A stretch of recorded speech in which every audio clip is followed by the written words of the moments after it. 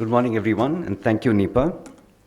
I think the importance of high quality and universal early childhood education has already been emphasized, and I'm really happy that as a member of the National Curriculum Framework Committee, we were able to include 3 to 8 as a foundational stage for the first time in the country. And I always like to read out something from the NEP 2020 about the foundational stage. It says the foundational stage is a single curricular and pedagogical phase which comprises 5 years of flexible, multi-level, play-based, activity-based learning for children between 3 and 8 years of age. So that's the whole overarching framework. And the focus is on developing foundational capacities and skills, which comprise, as Sunisha said, cognitive, linguistic, socio-emotional skills, during this most sensitive period. To remind my own organization, we work mainly with children who are 5 to 8 years old, but I always remind my own organization and people within the organization that the NCF foundational stage emphasizes some principles that are equally applicable to the early years of schooling, grades 1 and 2, because that is the foundational stage as well. A safe and stimulating learning environment, that play is central to learning and development at the foundational stage, including grades 1 and 2. The importance of nurturing environment and nurturing relationships in the classroom, in any institution, a flexibility in pace and opportunities for children to learn and develop at this phase, use of the most familiar language, addressing all the domains and not just focus on the academic part of it, connecting classroom experiences to children's context. So these are, in some ways, applicable to the entire age group of 3 to 8. So while the NEP, NCF, all the early childhood development research basically says that this is a crucial stage, let's look at how this can be done well, the policy and implementation of the foundational stage in India is quite fragmented, as we all know, right? And there is a chasm between, we know from the Ministry of Women and Child Development and the Education Department, that runs from the central government to the institutions at the school and Anganwadi centers. And while, Sunisha, you were quite optimistic that they can come together, I have been a part of the system. I was a director in the Ministry of Education. I also served as director in WCD. For 30 years, they haven't been able to come together. And while some noises are made, meetings are held, it is, let's hope for the best, but let's not assume that it's going to happen soon, right? So that I think is very important to remember. And there is work happening. The Anganwadi system, Poshan Bhi, Padhai Bhi is a good initiative, Adharshila. I think that work will happen on its own. There is some work happening on co-located Anganwadis where education departments and WCD are trying to come together. A lot of struggle there. All kinds of ad hoc arrangements are being worked out. Therefore, I want to make one single point in what I have to say. It's that the age group 5 to 6, as we were also discussing then, but that was age group 5 to 6, which is called Balvatika 3 in different documents, or a kindergarten class, let's say, should be included in the primary school as a pre-primary class. That's the one way in which we can make clear progress, because these departments are not coming together. We keep saying early childhood education is not great in Anganwadi system. So I'm advocating for almost a mission where a Balvatika class gets included in primary schools. And I have the following arguments for it. The first, in 27 states in the country, children of 5 and 5 plus age group are already in schools. The age of admission is 5 actually, and they're already in schools. And they can easily then be segregated, and that can be a Balvatika pre-primary class, rather than them sitting in an inappropriate grade 1 and 2 kind of teaching environment.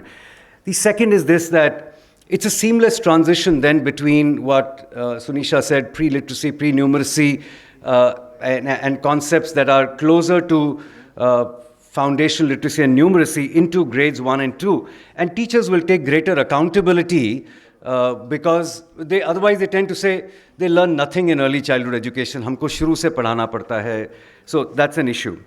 The third most important reason that I think this should happen, that there should be a kindergarten class in all primary schools in the country, is that play-based learning, or a flexible pace of learning, or a flexible child-centered approach, which is the core of foundational stage, needs to inform primary schools as well, especially grades 1 and 2.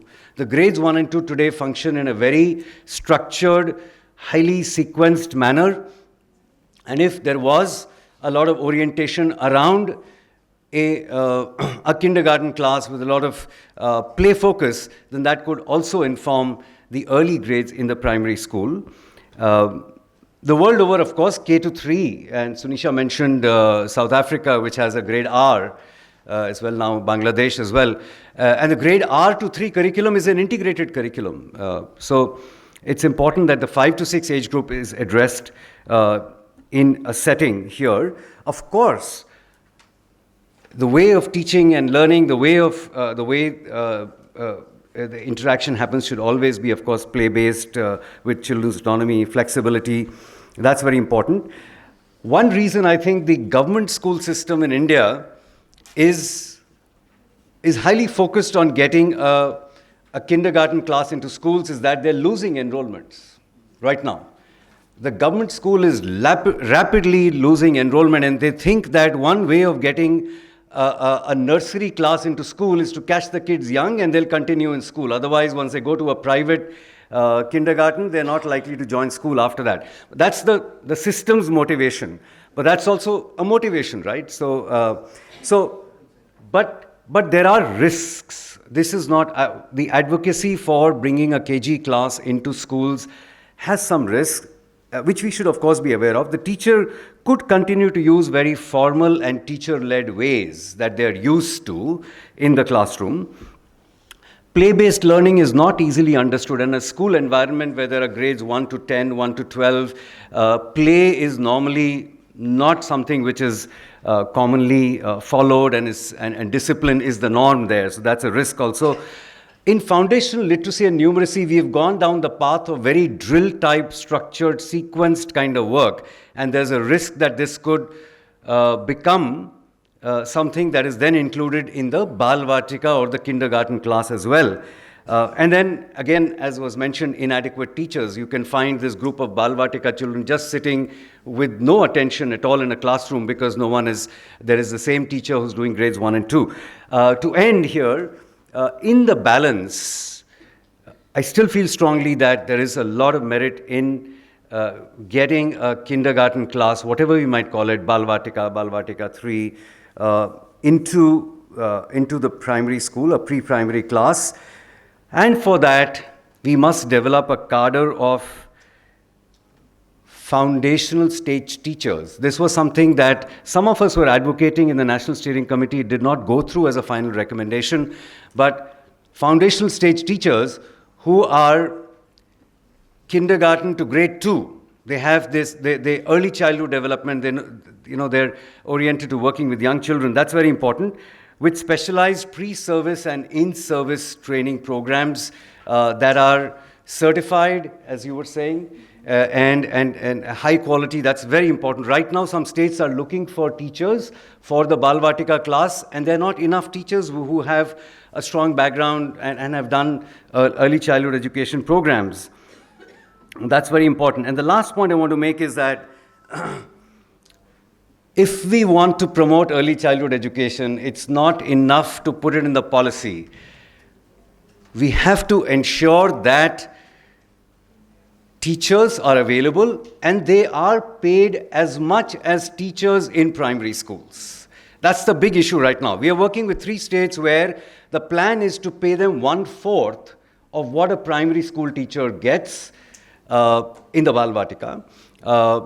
And that is totally inappropriate. They're doing exactly the same thing. Early childhood education, we are saying, so it's so important and so crucial. The policy is talking about this. So as the saying goes, what's that?